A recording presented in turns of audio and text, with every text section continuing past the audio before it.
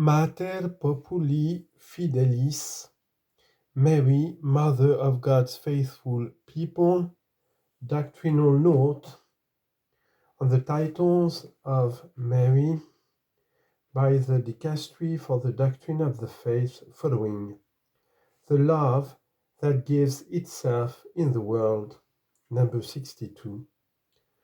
The Gospel of John closely links fraternal charity with the sharing of this good. Indeed, the affirmation, "If you love me, you will keep my commandments," John chapter 14, verse 15, runs parallel to the statement, "Whoever believes in me will also do the works that I do," John chapter 14, verse 12. When Christ speaks of the fruit that he expects from his disciples, he ultimately identifies it with fraternal love. See John chapter 15, verse 16 and 17. Likewise, after discussing the various extraordinary works believers can perform, see 1 Corinthians chapter 12, St. Paul proposes a more excellent way when he says, "Earnestly desire the greater gifts," the greater in Greek tameidzona.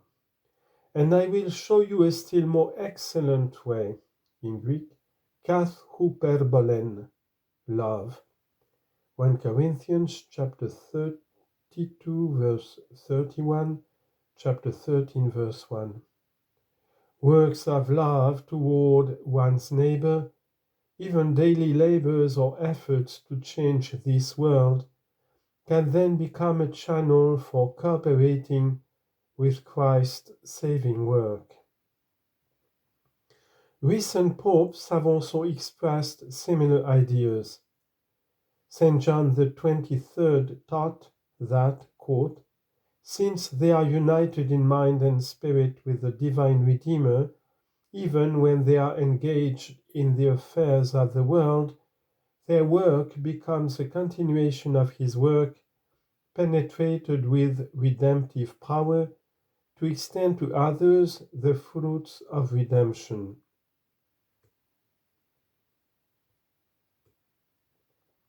End of quote. St. John Paul II understood this collaboration as a reconstruction, together with Christ, of the good that has been damaged in the world because of sin, for the heart of Christ willed to need our collaboration to rebuild goodness and beauty. End of quote. Indeed, he continued, quote, "This is the true reparation requested by the heart of the Savior." End of quote. Pope Benedict XVI maintained that as the objects of God's love, men and women become subjects of charity. They are called to make themselves instruments of grace so as to pour forth God's charity and to weave networks of charity. This dynamic of charity received and given is what gives rise to the Church's social teaching. Pope Francis taught that for Saint Therese of Lisieux, it was not only about allowing the heart of Christ to fill her heart through her complete trust with the beauty of his love, but also about letting that love, through her life, spread to others and thus transform the world in a way that finds expression in acts of fraternal love by which we heal the wounds of the Church and of the world. In this way, we offer the healing power of the heart of Christ. This cooperation made possible through Christ and stirred up by the Spirit's action is, in Mary's case, distinguished from the cooperation of any other human being due to the maternal character that Christ himself conferred upon her while on the cross. Criteria: Any other way of understanding Mary's cooperation in the order of grace, especially if one intends to attribute to her some form of a perfective intervention, perfective instrumentality, or secondary causality in the communication of sanctifying grace, must pay special attention to some criteria that were already implied in the dogmatic constitution Lumen Gentium.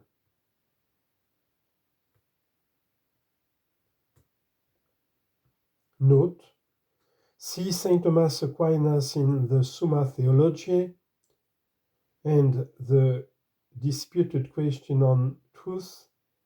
The arguments that St. Thomas Aquinas used to explain why only God and no creature can confer grace can be considered superseded, either within his own work or subsequently.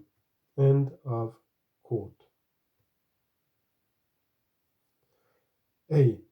We must reflect on how Mary fosters our immediate union with the Lord, which the Lord himself produces by conferring grace, and which we can receive only from God, and not think of our union with Mary as being more immediate than our union with Christ. This risk is present above all in the notion that Christ gives us Mary as an instrument or as a secondary and perfecting cause in the communication of his grace. B. The Second Vatican Council highlighted that, quote, the Blessed Virgin's salutary influence on men originates not in any inner necessity, but in the disposition of God. End of quote. This influence can be thought of only in light of God's free decision, who, although his own action is overflowing and superabundant, freely and gratuitously wills to associate Mary with his work. Therefore, it is not acceptable to present Mary's action as if God needed her to accomplish salvation. C. We must understand Mary's mediation not as a complementary aid that would enable God to work fully with greater richness and more beauty. Instead, her mediation must be understood in such a way that it neither takes away anything from nor adds anything to the dignity and efficacy of Christ, the one mediator. When explaining Mary's mediation, it must be emphasized that God alone is our Savior, and that it is God alone who applies the merits of Jesus Christ, the only merits that are necessary and entirely sufficient for our justification. Mary does not supplant the Lord in any action he has not already done, i.e., she does not take anything away from him, nor does she supplement him, i.e., she does not add to him.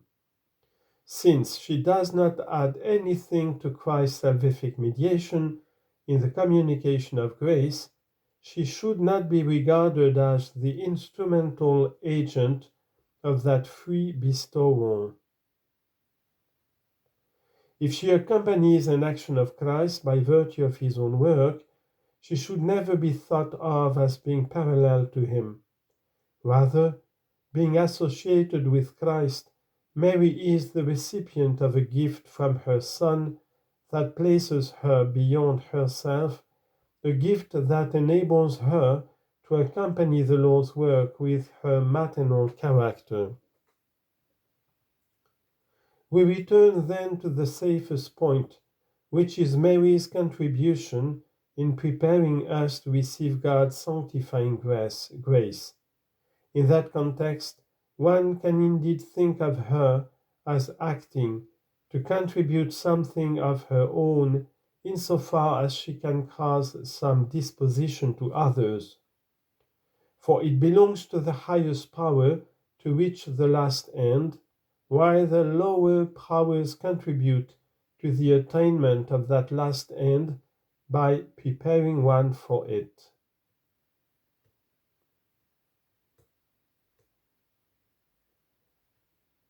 As said St. Thomas Aquinas.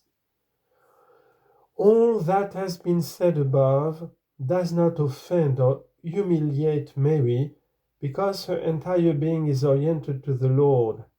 My soul proclaims the greatness of the Lord. Luke chapter 1, verse 46.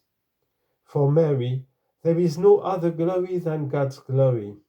As mother, she rejoices all the more in seeing how Christ manifests the inexhaustible, superabundant beauty of his divine glory by healing, transforming, and filling the hearts of those children whom she has accompanied on their way to the Lord. Therefore, any gaze directed at her that distracts us from Christ or that places her on the same level as the Son of God would fall outside the dynamic proper to an authentically Marian faith.